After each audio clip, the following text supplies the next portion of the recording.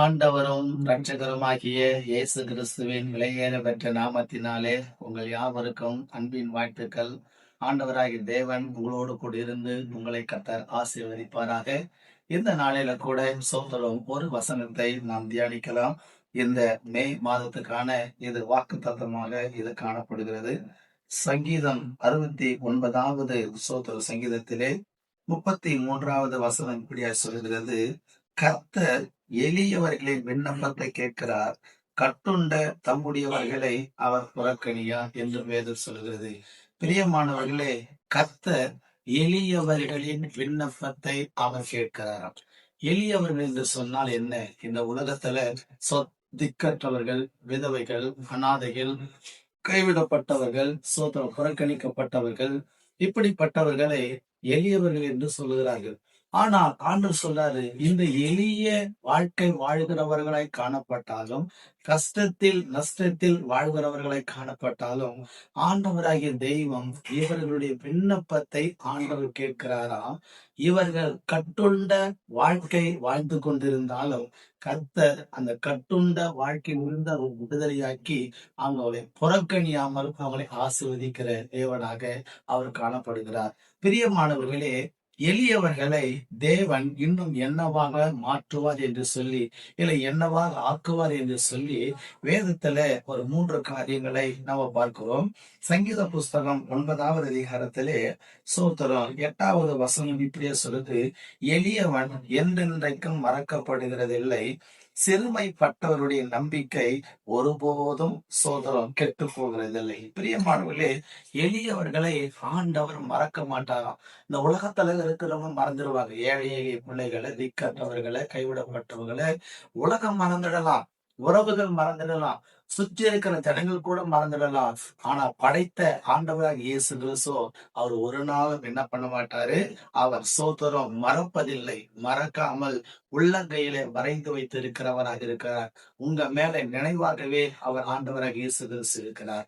2வது சங்கீத புஸ்தகத்திலே 140வது சோத்திரம் சங்கீதத்திலே சோத்திரம் 12வது வசனத்தை வாசிக்கும் போது இதுல சொல்லப்பட்டிருக்கிறது. இதுல 12வது வசனம்: சிறுமையானவர்களின் வழக்கையும் எளியவர்களின் நியாயத்தையும் கர்த்தர் விசாரிப்பார் என்று சொல்லப்பட்டிருக்கிறது. அப்படியானால் ஆண்டவர் எளியவர்களுடைய விண்ணப்பத்தை அலட்சியம் பண்ண மாட்டாரு, அவர்களை விசாரிக்கிறவர். வேதம் சொல்லுது, அவர் உங்களை விசாரிக்கிறவரா இருக்கிறபடினால உங்கள் கவலைகள் எல்லாம் அவர் மேல் வைத்து விடுங்கள் என்று சொல்லி வேதம் சொல்லுகிறது. நம்மளை விசாரிக்கிற தெய்வம் ஒருத்தர் இருக்கிறாரு. சோத்திரம். எந்த விதமான தவறான முடிவு எடுக்காதீங்க. உங்களை விசாரிக்கிற ஒரு தெய்வம் இருக்கிறாரு. சோத்திரம். உங்களை உறவுகள் விசாரிக்காம போகலாம், உங்களை நேசிக்கிறவர்கள் கூட விசாரிக்காமல் போகலாம், ஆனால் உங்களை விசாரிக்கிற தெய்வம் ஒருத்தர் இருக்கிறாரு. அவர் நிச்சயமாகவே உங்களை விசாரித்து உங்களை சோத்திரம் நலன் பலன் விசாரித்து உங்களை ஆசீர்வதிக்க கூடியவராக அவர் காணப்படுகிறார். 3வதாக 72வது சங்கீதத்திலே சோத்திரம் சொல்லப்பட்டிருக்கிற அந்த 2வது சோத்திரம் வசனத்துல சொல்லப்பட்டிருக்குது. 72ஆம் சங்கீதத்துல 12வது வசனம் எப்படியா சொல்கிறது: கூப்பிடுகிற எளியவனையும் உதவியற்ற சிறுமையானவனையும் அவர் விடுவிப்பார் என்று சொல்லப்பட்டிருக்கிறது. பிரியமானவர்களே, தேவனாகிய கர்த்தர் கூப்பிடுகிறவர்களுடைய விண்ணப்பத்தை கேட்டு அவர்களை விடுதலையாக்குகிறாராம்.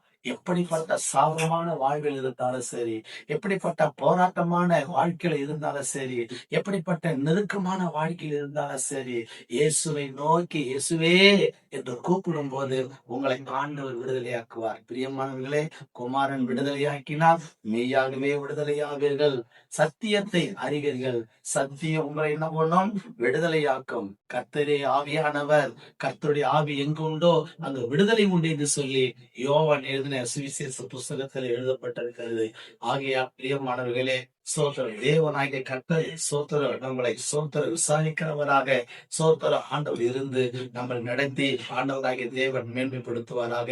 முதலாவது கர்த்தராகிய தேவன் நம்மளை மறப்பதில்லை, ஆண்டவர் விசாரிக்கிறவரா இருக்கிறாரு. அடுத்ததாக ஆண்டவர் நம்மளை விடுதலையாக்கக்கூடியவரா இருக்கிறார். எப்படிப்பட்ட போராட்டத்தில் இருந்தாலும் விடுதலை செய்கிற தெய்வம் இயேசு கிறிஸ்து. அவர் உங்களை ஆசீர்வதிப்பாராக. ஜெபிக்கலாம். நல்ல பிதாவே, ஏசப்பான நன்றியோடு கூட ஸ்தோத்தரிக்கிறேன். இந்த வேளையில கூட ராஜா, எளியவர்களுடைய விண்ணப்பத்தை கேட்டு கட்டுண்ட நம்முடைய ஜனங்களை ஆண்டவரே ஸ்தோத்திரம் புறக்கணியார் என்று சொல்லப்பட்டிருக்கிற வார்த்தையின்படி ஆண்டவரே எளிய வாழ்க்கை வாழ்ந்து கொண்டிருக்கிற ஒவ்வொரு பிள்ளைகளுடைய விண்ணப்பத்தை கேட்டு ஆசீர்வதித்து ஆண்டவரை நீங்க உயர்த்தும்படிக்காக நான் நன்றியோடு கூட சோதரிக்கிறேன். அவங்க குடிசை தொழில் செய்தாலும், ஆண்டவரை கூலி வேலை செய்தாலும், எப்படிப்பட்ட நிலைமையில இருந்தாலும் ஆண்டவராகிய தேவன் அவர்களை ஆசீர்வதித்து மேலே கொடுத்துங்க. தேவ கரத்துல தாய்த்தி உப்பு கொடுக்கிறேன். கர்த்தர் பெரிய காரியம் செய்யும். இயேசுவின் நாமத்தில் கேட்கிறோம் பிதாவே.